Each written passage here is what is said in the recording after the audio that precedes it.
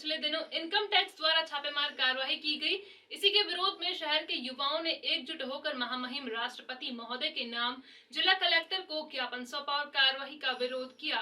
युवाओं का कहना था कि ऐसे समाज सेवियों पर अगर कार्रवाई होती रही तो कोई भी समाज सेवा के लिए आगे नहीं आएगा। यह कार्रवाई द्वेषता पूर्वक की गई थी, जो कि सरासर गलत है।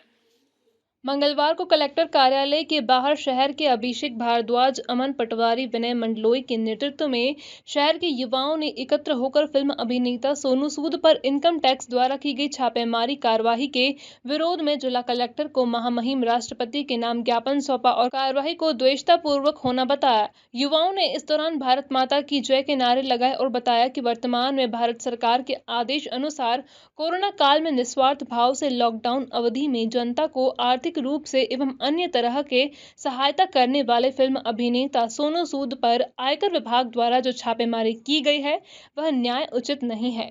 कोरोना काल के इस भीषण संकट काल में जब देश इस बीमारी से जूझ रहा है, उस समय केवल सोनू सूद मात्र एक जनता के दूत बनकर सामने आए और असहाय नागरिकों की निस्वार्थ भावना से सेवा की, जबकि उन्हें भी उस समय संक्रमण का भय होना था, लेकिन उन्होंने अपनी जान की परवाह किए बिना गरीब और असहाय लोगों की मदद की। आयकर विभाग ने केंद्र सरकार के दबाव में आकर उन पर कार्रवाई की है, जो कि सरासर गलत है।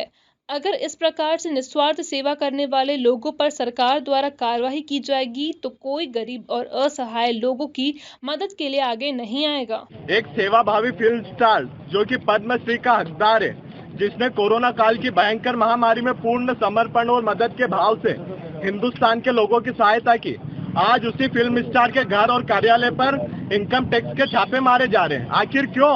आखिर सोनू सूद की गलती क्या थी? यही कि उन्होंने कोरोना महामारी में हिंदुस्तान के लोगों की मदद करी? क्या यह उनकी गलती थी कि प्रवासी मजदूरों को उन्होंने उनके घर तक पहुंचाया या फिर ऑक्सीजन मशीनें निःशुल्क वितरित कर दी? क्या यह उनकी गलती थी?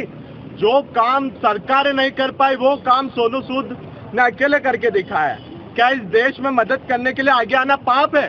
अगर ऐसा ही चलता रहा तो इस देश में मदद करना तो दूर, कोई इंसान ऐसा सोचेगा भी नहीं। क्या मांगे आपकी, क्या चाहते हैं आप?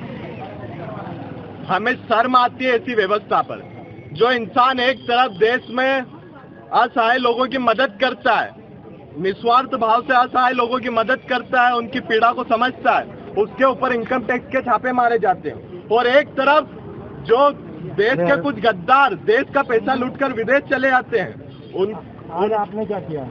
आज हमने उज्जैन कलेक्टर कार्यालय पर महामहिम महोदय को ज्ञापन सौंपा है।